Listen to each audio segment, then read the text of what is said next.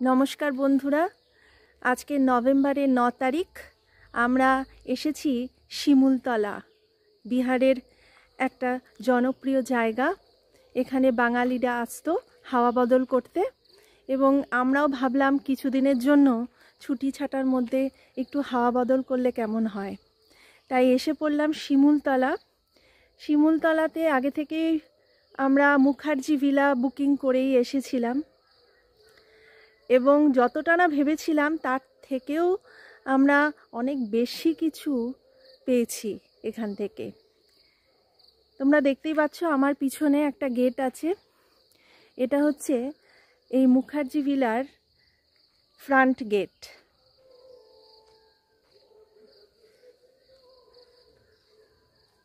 চারিদিকে শুধু গাছগাছালিতে ভরা এবং পুরনো পুরনো সমস্ত বাড়ি।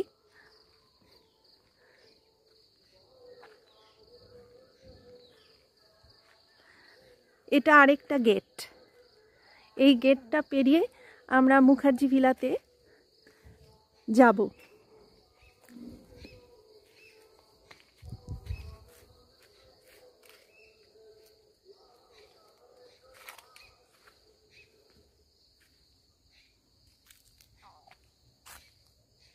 এই যে সামনে দেখতে পাচ্ছ, এটাই হচ্ছে মুখার্জি ভিলা। এটা অ্যাকচুয়ালি ব্রিটিশ আমলে বীরেন মুখার্জি আর রানু মুখার্জির বাড়ি ছিল।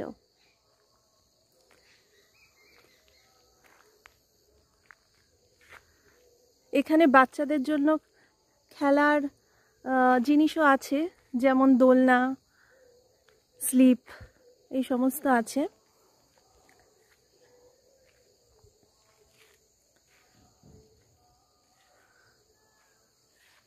অনেকটা জায়গা নিয়ে ঘেরা এই বাংলোটা। দেখো দেখাচ্ছি, এগুলো শাল পাতা বলে মনে হচ্ছে আমার।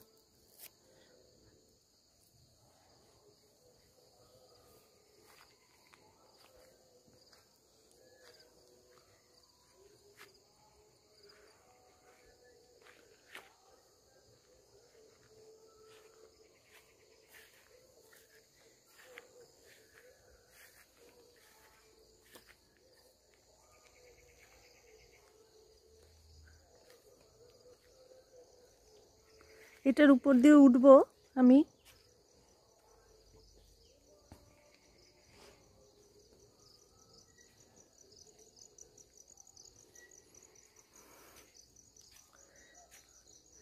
এই যে এখান থেকে আমরা বাড়িতে ঢোকার সামনের গেটটা দেখছি। এই সিঁড়ি দিয়ে উঠে এখান দিয়েই আমরা গতকাল এসেছিলাম।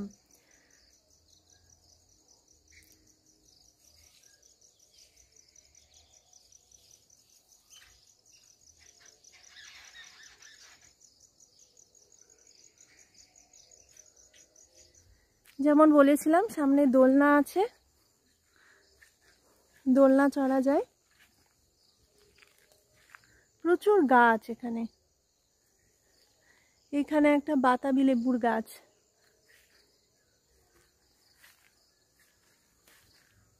অনেকটা জায়গা নিয়ে ঘেরা এই বাংলো। দেখো কি সুন্দর পেয়ারা হয়ে আছে, প্রচুর পেয়ারা গাছে, যদিও পাকেনি, সবকটা কাঁচা আছে, ছোট ছোট আছে।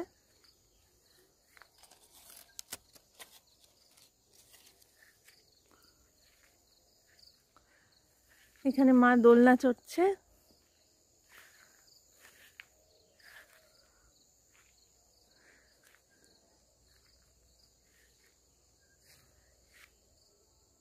এই যে সবকটাই শালপাতা গাছ। এখানে একটি অর্জুন গাছও আছে।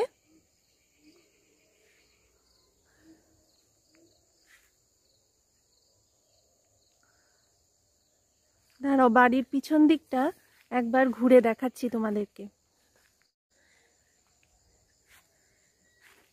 এখানে হচ্ছে গোলাপ বাগান, অপূর্ব সব গোলাপ হয়ে আছে। এক একটা গোলাপের এক এক রকম রং, কোনোটা খয়েরি, কোনোটা লাল।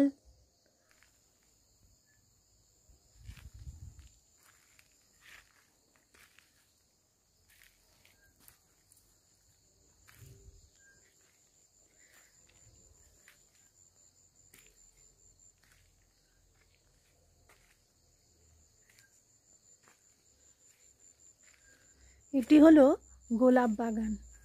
দেখেছো কত সুন্দর, বিশাল একটা সাইজের গোলাপ। প্রত্যেকটা গোলাপ অসাধারণ। এখন তোমাদের দেখাবো আখ গাছ। এই দেখো আখ গাছ।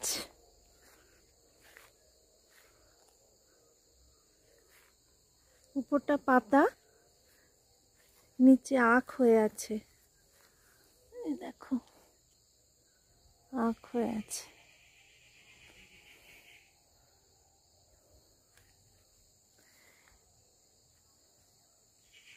এটা ওদের একটা স্টোর রুম, জিনিসপত্র রাখার ব্যবস্থা করা আছে।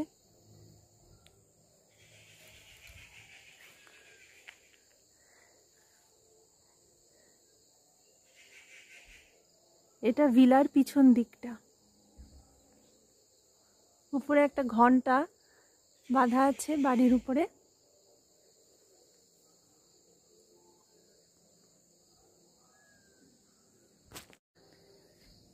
এই দেখো এটা হচ্ছে কমলা লেবু গাছ। কমলা লেবু হয়ে আছে, সবুজ কমলা লেবু, এখনো পাকেনি। আমরা গতকাল দুটো কমলা লেবু পেরেছিলাম, কিন্তু খুব টক। যদিও দুপুরবেলা খেয়েছিলাম, তাই জন্য সেরকম একটা খারাপ লাগেনি, কিন্তু এখনো টক আছে। এগুলো পাকবে, এখনো পাকেনি। যেহেতু ভোরবেলা আর এত গাছগাছালি, মাথায় শিশির পড়ছে, ঠান্ডা লাগছে, তাই দেখতেই পাচ্ছ গায়ে চাদর দিয়ে এসছি। এখানে কিন্তু এখন যথেষ্ট ঠান্ডা পড়ে গেছে। দিনের বেলাটা হয়তো অতটা মনে হবে না, যেহেতু রোদ থাকে, কিন্তু ভোরের দিকে, সকালবেলাটা এবং রাত্রিবেলা, মানে সন্ধ্যের পর থেকেই খুব ঠান্ডা এখানে। এই যে এখানে পুরো আম বাগান, বাড়ির পিছন দিকে পুরোটাই আম বাগান।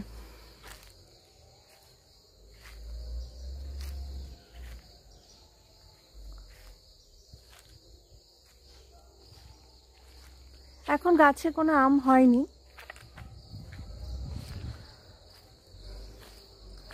আমের সিজনে আসলে তখন প্রচুর আম দেখতে পাবে তোমরা।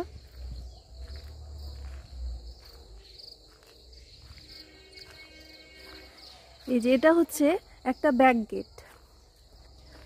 এবার বাড়ির এই গেটটা দিয়েই একদম পিছন দিকে জায়গাটা দেখাবো।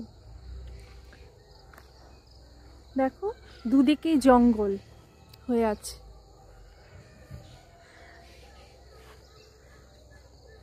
সামনে একটা পাতকুয়া মতো আছে। গতকাল আমি একটা সাপও দেখেছি ওখানে। এখানে থাকতেই পারে সাপ, খোপ তো থাকবেই, এত জঙ্গল যেখানে।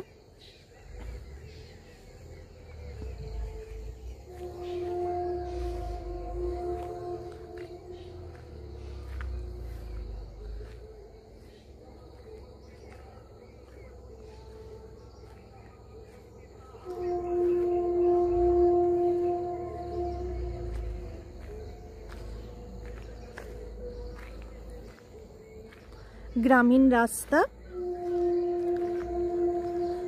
গতকাল রাত্রিবেলা আমরা বেরিয়েছিলাম, রাত বলতে তখন সন্ধে, তো ফিরতে ফিরতে তখন আমাদের 8:30 9টা বেজে গেছিলো এই মুখার্জি ভিলাতে। তো আমরা একটা গ্রামের যে আলাদা সৌন্দর্য সেইটা সত্যি উপভোগ করেছিলাম। এখনো অনেক জায়গা পুরো অন্ধকার, ইলেকট্রিসিটি নেই রাস্তাঘাটে। শুধু সামনের দিকটা যেখানটা স্টেশন চত্বর সেখানটা লাইট আছে দেখলাম। আমরা তো টর্চ নিয়ে হেঁটেছিলাম, অন্ধকার রাস্তা যেহেতু। এই যে এটা হচ্ছে ওই গেটটা থেকে বেরিয়ে এসে আরেকটা গেট, যেটা আপাতত এখন তালা দেওয়া আছে, কারণ এই থেকে বেরোলে তোমার বাড়ির পুরো বাউন্ডারির বাইরে।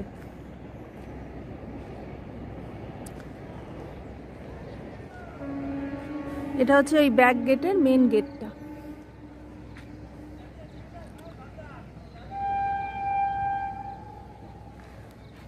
তোমাদের যে কুয়োর জায়গাটা বলেছিলাম, এটা হচ্ছে সেই কুয়োর জায়গাটা। আমি আর সামনের দিকে এগোচ্ছি না, কারণ গতকালই আমি দেখে নিয়েছি তাকে, তোমাদেরকে বলেছি। দেখেছো কতটা জায়গা নিয়ে। এবার আমরা পিছন দিক থেকে আবার ওই গেটের দিকে আবার যাচ্ছি, যেখান দিয়ে ভিলার দিকে প্রবেশ করা যায়। বাচ্চাদের জন্য তো একদম আইডিয়াল জায়গা, প্রাণ খুলে ছোটাছুটি করতেই পারবে।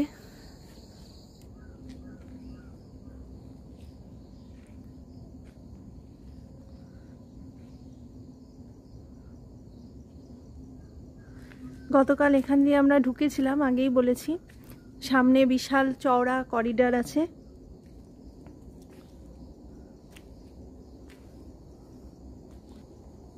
আজকে তো তোমাদেরকে ভিতরটা দেখিয়ে দেব।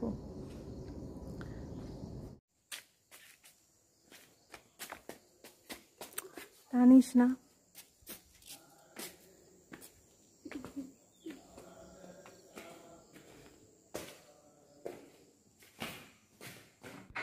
এই মুখার্জি ভিলাতে 5টা রুম আছে, তার মধ্যে 2টো রুম আমরা বুক করেছিলাম। এবং এখানে কিছু কিছু রুমের সাথে যেগুলো অ্যাটাচ টয়লেট আছে সেগুলি খুবই সুন্দর করে করা আছে, একদম ওয়েস্টার্নাইজড মডেলে করা টয়লেটগুলো। এছাড়া এখানে বিশাল একটি ড্রয়িং ডাইনিং রুম আছে। সেখানে ডাইনিং রুমে বসেই আমরা চা, কফি, বিস্কিট, খাবার দাবার খেয়েছিলাম। এখানে কেয়ারটেকারের কাছ থেকে আমরা জানতে পারলাম যে এখন এই পুরো বাংলোটি একটি সন্ত মহাত্মা নিয়েছেন। মাঝখানে অনেকবার হাত বদল হয়েছে, অনেকেই কিনেছিলেন, তারা আবার বিক্রি করতে বাধ্য হয়, বা এমনও হয়েছে যে পুরো লোন চোকাতে পারেনি ব্যাংকে, তো সেক্ষেত্রে আবার ব্যাংক মর্টগেজ করে নেয়। আপাতত যেটা জানলাম, একজন সন্ত মহাত্মা লাস্টে এই বাড়িটি কিনে নেন। যদিও মুখার্জি ভিলা নামটি এখনও রাখা হয়েছে, ট্যুরিস্ট অ্যাট্রাকশন পারপাসেই হয়তো সেই নামটি এখনও বর্তমান। পুরনো আসবাবপত্র এখনও রাখা আছে, এবং আগে যেমন বলেছি বিশাল একটি বারান্দা বা করিডর আছে এই বাড়িতে।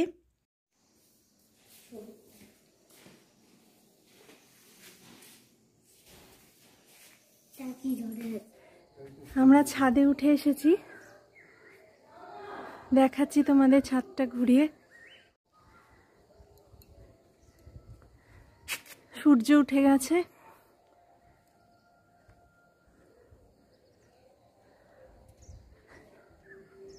ছাদে একটা ছোট্ট মন্দির আছে, ওই ঠাকুর ঘর।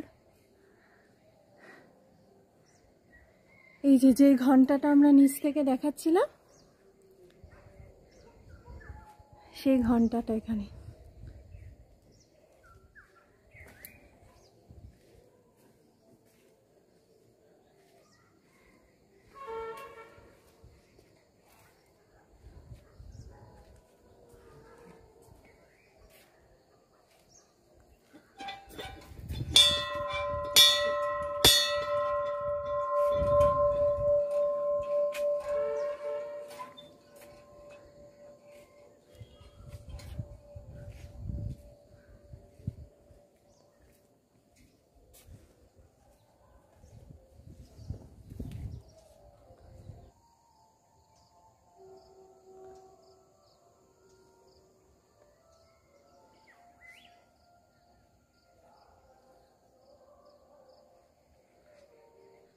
মুখার্জি ভিলা থেকে দেখাচ্ছি তোমাদের সানরাইজ।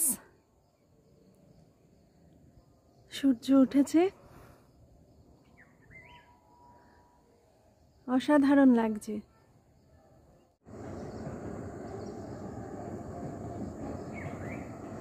দূরে ট্রেন যাচ্ছে, তার শব্দ। এই হচ্ছে ছাদের উপরে ঠাকুর ঘর।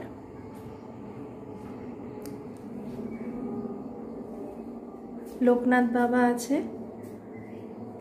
সামনেই, রামকৃষ্ণ দেব, মা শারদা।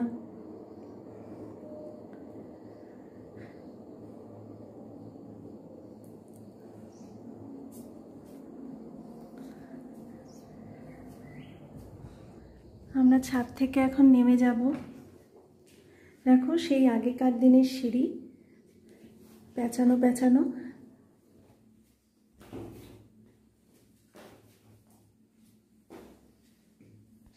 সকাল সকাল জল গরম হচ্ছে চায়ের জন্য।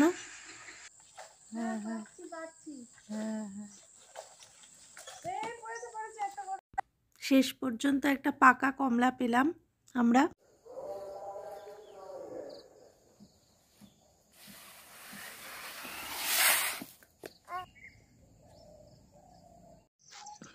এটা বেল পড়ে আছে, এটা ধরো একটা পড়ে গেছে।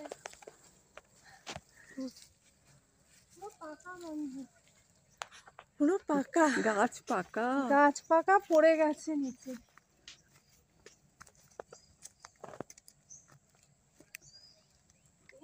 প্রচুর গাছপালা যেহেতু এখানে অনেক পাখি আছে। পিছন দিকে একটা বসার জায়গাও করে রাখা আছে আড্ডা দেওয়ার জন্য। এখানে জিওটা চলছে আমি দেখতে পাচ্ছি, কিন্তু আমার যেহেতু ভোডাফোন, কিছুতেই কাজ করছে না ভোডাফোনের সিম। এখানে থাকতে গেলে পান্ডেজির সাথে কথা বলে বুকিং করে নিও, আর না হলে এখানে যদি রুম খালি থাকে তাহলে এসেও পাওয়া যেতে পারে। এখানে এক একটা রুম আমাদের থেকে নিয়েছে 1000 টাকা করে এক এক দিনের জন্য। এছাড়া খাওয়া দাওয়ার ব্যাপারে যদি কেয়ারটেকারকে দিয়ে রান্না করাতে চাও তাহলে পারো, সেক্ষেত্রে কেয়ারটেকারকে রান্নার জন্য 500 টাকা করে দিতে হবে ডেইলি। এছাড়া গ্যাসের খরচা আছে, বাসন খরচা আছে, এবং তার সাথে সাথে বাজারের খরচাটাও আছে। এছাড়া নিজেরা যদি রান্না করে খেতে চাও সেটাও আছে, নিজেদের মতো করে করে নিতেই পারো। আর আমরা অবশ্য বাইরে থেকেই খেয়েছি, এখানে কারুদার রান্নার দোকান আছে, সেখান থেকেই খেয়েছি কিনে।